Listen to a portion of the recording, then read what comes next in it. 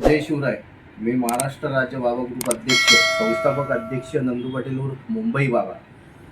काही दिवसांअगोदर तुम्ही पाहिलं असेल की गेल्या म्हणजे याच महिन्यात 15-16 तारखेला आपण बाईट दिली होती.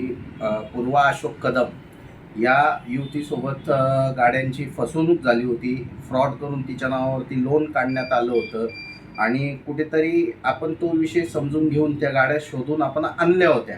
आणून त्या गाड्या आपण ज्या फायनान्समधल्या ज्या गाड्या होत्या त्या फायनान्समध्ये आपण आतापर्यंत 3 ते 4 गाड्या आपण जमा केल्या आहेत.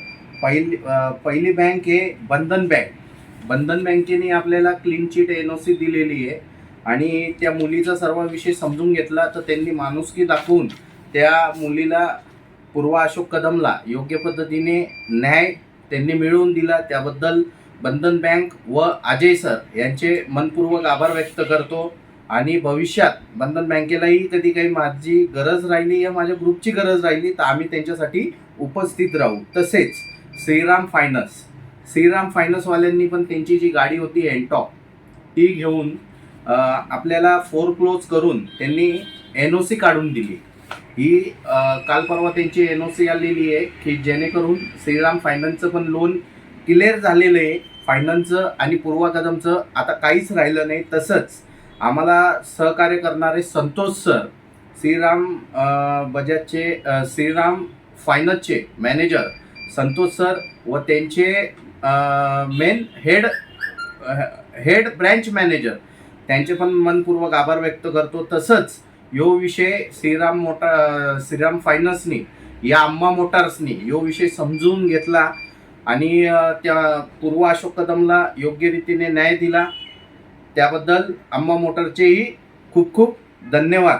तसंच आपलं मनपा फायनान्सवाल्यांनीही पूर्वा अशोक कदम हिला समजून घेतलं. तिच्या नावावरची जी गाडी होती जो लोन फ्रॉड करून करण्यात आला होता त्यांनी सुद्धा यो विषय जाणून तिला पण 7 दिवसात अकाउंट बँकेचं क्लोज करेल आणि 15 दिवसात स्विल आम्ही ओके करू असं सांगण्यात आलं व त्यांनी लेखी स्वरूपात त्यांच्या स्टॅम्प पेपरवरती आम्हाला लिहून दिलं. त्याबद्दल त्या फायनान्सचे पण आभार व्यक्त करतो. आणि हो, आता हे 3 फायनान्स तर झाले की त्यांचं मी उलगडा लावलाय, पण बाकीचे जे फायनान्स आहे त्यांना पण मी अजूनही सांगतो संधी गेलेली नाहीये. तुमची रीतशीर जी काही मालमत्ता असेल ती तुम्ही सदर ताब्यात घ्यावा. कारण की येत्या महिन्यात EMI जर त्या मुलीचे बाउंड झाले तर तुम्हाला यापुढं गाडी सुद्धा भेटणार नाही आणि ती EMI भरू शकत नाही. तर आणि दुसरा विषय म्हटलं तर तुम्हाला ती गाडी सुद्धा भेटणार नाही. एवढं तुम्ही लक्षात ठेवा. तसंच L&T फायनान्स, बजाज आणि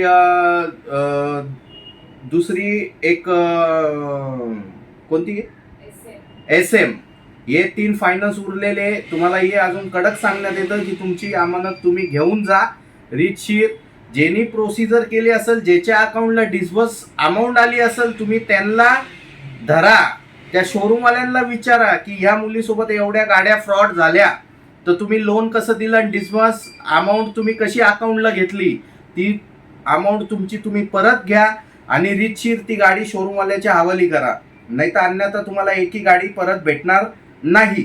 आणि जे भुरटे बायटे ज्यांनी ह्यो झोल केला त्यांना जर असं वाटत असेल की पिक्चर संपला, पिक्चर अजून संपलेला नाहीये. मी कायद्याने लढतोय, कायद्याची लढाई आहे, कायद्याने तुम्हाला उत्तर देणार.